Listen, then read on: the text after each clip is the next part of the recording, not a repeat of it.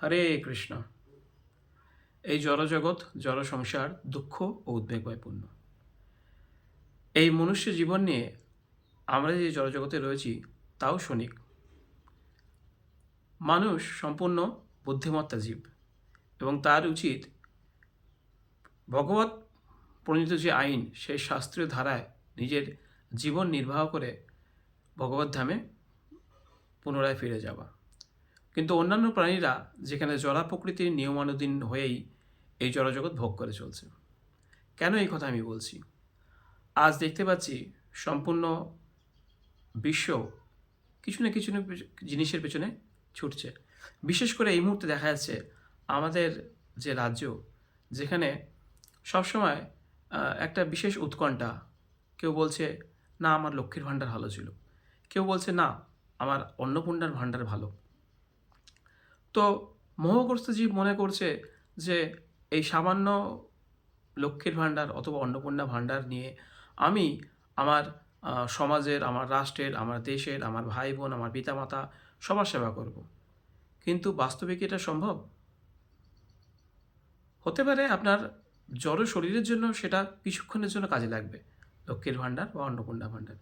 অনেকে বলছে লক্ষ্মীর ভাণ্ডার ভালো ছিল, সেখানে অনেক কম জিনিস, কম ক্রাইটেরিয়ায় আমাকে সব কিছু দেওয়া হতো। কেউ বলছে অন্নপূর্ণা ভাণ্ডার ফর্ম ফিল আপ করবো, এখানে 12 পাতার ফর্ম ফিল আপ করবো।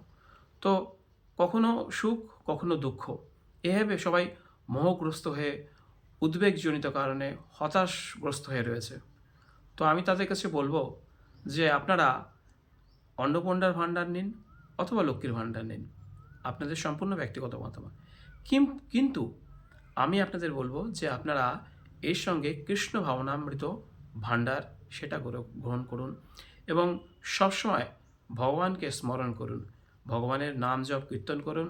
হরে কৃষ্ণ কৃষ্ণ কৃষ্ণ হরে হরে, হরে রাম রাম রাম হরে হরে, এই মহামন্ত্র জপ করুন। কারণ আপনাদের জানা উচিত আমাদের এই জীবন যা অনিত্য এবং ক্ষণিকের জন্য। কিছু সময় পরে লক্ষ্মীর ভাণ্ডার ছিল যেমন আগে, এখন নেই, এখন অন্নপূর্ণা ভাণ্ডার এসছে। লক্ষ্মীর ভাণ্ডার, অন্নপূর্ণা ভাণ্ডার এগুলো চলে যাবে, কিন্তু কৃষ্ণ ভাবনামৃত ভাণ্ডার সব সময় থাকবে। তো আপনার কি উচিত না যে আপনি সঠিক বস্তুটাকে ধারণ করুন, গ্রহণ করুন? সেই জন্য আপনাদের কাছে আমার বিশেষ অনুরোধ যে আপনারা লক্ষ্মীর ভাণ্ডার নিন, অন্নপূর্ণা ভাণ্ডার নিন, কিন্তু এর সঙ্গে সঙ্গে কৃষ্ণ ভাবনামৃত ভাণ্ডার এটা গ্রহণ করুন। এবং আরও বিশেষ অনুরোধ যে আপনারা এইরকম আধ্যাত্মিক কিছু বিষয় জানার জন্য চ্যানেলটি সাবস্ক্রাইব করুন, লাইক করুন, কমেন্ট করুন এবং আপনাদের কোন ভাণ্ডারটি পছন্দ সেটাও জানিয়ে যান।